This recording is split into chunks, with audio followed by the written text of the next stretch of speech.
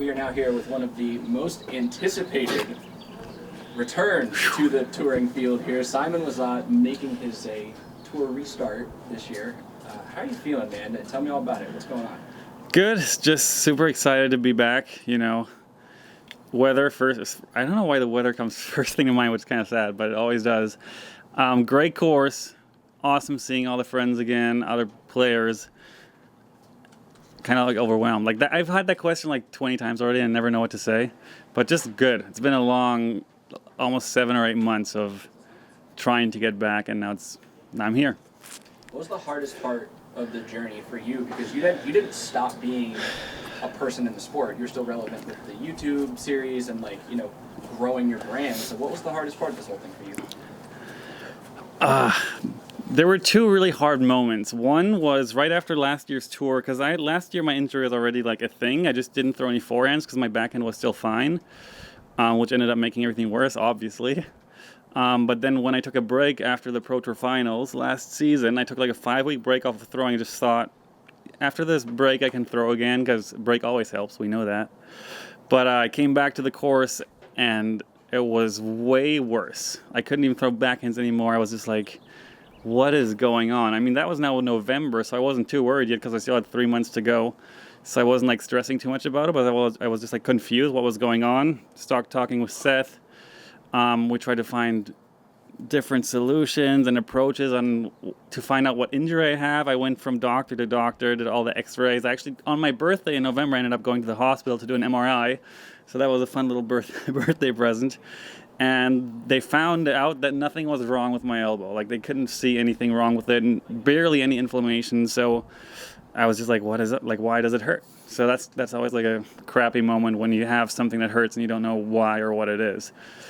Rehab started, went like 20 weeks or something, and then I tried to throw hard again into a net with a radar gun, and me and my therapist noticed that I wasn't ready. I wasn't even close to there yet. Like, this is like 12 weeks ago now, and I was just like, after 2 months of rehab, and I didn't feel any better. I was like, I feel like almost worse now. I was like, what's going on? I've been going to the gym, going to the doctor, massages, everything, and I just didn't understand what was wrong. So then we wrapped it all back to the start and started a new program, different approach, different. We now call it a triceps tendinopathy. What did they call it before that? I don't remember. But triceps tendinopathy basically just, I don't even know what it means, but it's just an overuse injury. And we started strengthening my triceps a lot to take like the pressure and the force off of my joint and my tendons. And then I finally started feeling improvements.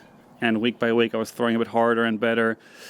And now I'm still not throwing 100%, but I'm close enough that my distance is still like around 500 feet, which is good enough, I think. Yeah, not too bad, I guess. That was a really long answer, sorry. Well, beyond the physical recovery, right, it's a lot of mental rehab too. Where's your confidence level coming out? I mean, obviously you're somewhat confident because you're playing in this tournament, but where are you in terms of kind of trusting yourself to go out in this format and not overdo it? I have been playing quite a lot actually in the last 2 or 3 weeks. I don't know if you watch my vlog, you might, but I was visiting Paul. That's now, when is that, 3 weeks ago-ish? We played his big new course. They had a big opening and he wanted me to come play and promote his course, and I ended up beating Paul on his design course. And then 2 weeks later I went to Steve Brinster's home course in New York and I beat Steve on his home course. So I was like, man, maybe throwing like more gentle, controlled actually could potentially help my game. And the practice rounds I've played at Maple and other places near home were all good. Like, I'm hitting my gaps, I'm hitting my lines. You know, putting is still hit or miss kind of. I don't have the biggest confidence yet around the basket. But once the tournament mode sets back in, that's always been like my thing. Like, I'm always way better in tournaments than I am in practice.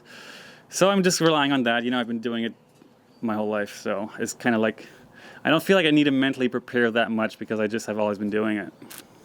Let's talk about the course, especially in light of you maybe changing up your style a little bit from what fans are used to. How are you going to attack this course? It is over 11,000 feet. There's a lot of big shots out there. What's your plan? Yeah, so I really am impressed with this course. I've heard the designer's name a bunch of times, but I forget it right now. Leonard Muse. Leonard Muse. Yeah. he did a really good job. I mean, this property obviously is awesome, and it's hard to make something bad, but I've seen it so many times that people just get it wrong. And this was one of the courses where I noticed the most, like, that he got it right. Like, every hole is just fun, makes sense, fun and challenging and fair, like the three important parts, and he got them all right. So I'm really excited for that. A lot of rollers. So we're going to see most rollers I think we've ever seen in the tournament. So front nine is going to be, I think, 4 or 5 of the holes are roller holes. So I'm just taking it easy. Like, I'm really, I don't know how to explain it, but in disc golf and I think other sports and golf too, like, more effort doesn't really equal more distance or better results. So dialing it down to like 80-90% effort can still give me like the same results. So I'm attacking it like usual, just with a bit less effort, I'd say. All right, last question kind of along those lines. You are going to be on the feature card on the Disc Golf Network live stream tomorrow. So how many Simon lines are you limiting yourself to for tomorrow's round? I am pretty sure there's going to be 0 Simon lines, and that's not my choice. It's kind of like I can't. Like, I physically can't chuck one over the trees right now because it would hurt. Like, I'm supposed to be throwing. I'm not here like risking anything like that, and I'm not going to be tempted by anything as well. I've done just like 4 months of rehab, and I don't want to do it again anytime soon. So I'll take it seriously, of course, and I don't think this course doesn't even really line up for too many Simon lines. There's a handful out there, but I'm taking my DD3s straight down the middle. That's my new game. Simon, Chris with Gatekeeper, good to see you. Couple questions. First off, having a very successful YouTube and personality, and then being known as the fan favorite with the shots and everything, how are you balancing like your work-life balance now, coming back into competitive play, still filming your vlog? Anything new, or what's that process like for you? Just try to keep it fun. I mean, we're still in a pandemic technically, so things are very limited as well when it comes to travel and freedom of everything we would like to do. So the big plans for like making the vlog like a priority and stuff like that is still maybe hopefully next year, but who knows. And no, I want to, from here on out, I want to play every pro tour for the rest of the season, every major for the rest of the season. My therapist doesn't want me to play back-to-back weekends, so that might be an issue for a couple of tournaments, but I'm not sure exactly. I don't have the schedule in my head right now. But yeah, maybe play a tournament, and then next week throw out a video or two, and then play a tournament the next week, stuff like that. Because I really enjoy the YouTube thing, and it helps my life financially a lot. Awesome. I know doing therapy, working with Seth with Disc Golf Strong a little bit more, is there any like stretches that you could recommend to the people home that they could help with saving their elbow or anything, or at least stretching their elbow? Or is that a question for Seth? It's probably a question for Seth. What I recommend is playing a bit of catch before your round. I have here my rehab disc. This is a pretty light fastback, and I've just been with my therapist before. Every time I would go throw into the net, we would play catch for like 15-20 minutes just to get everything loose and going. And other than that, it's important to strengthen the muscles around your joints, because that's all I know. I don't know what's going on. Awesome, thanks. 2 more questions.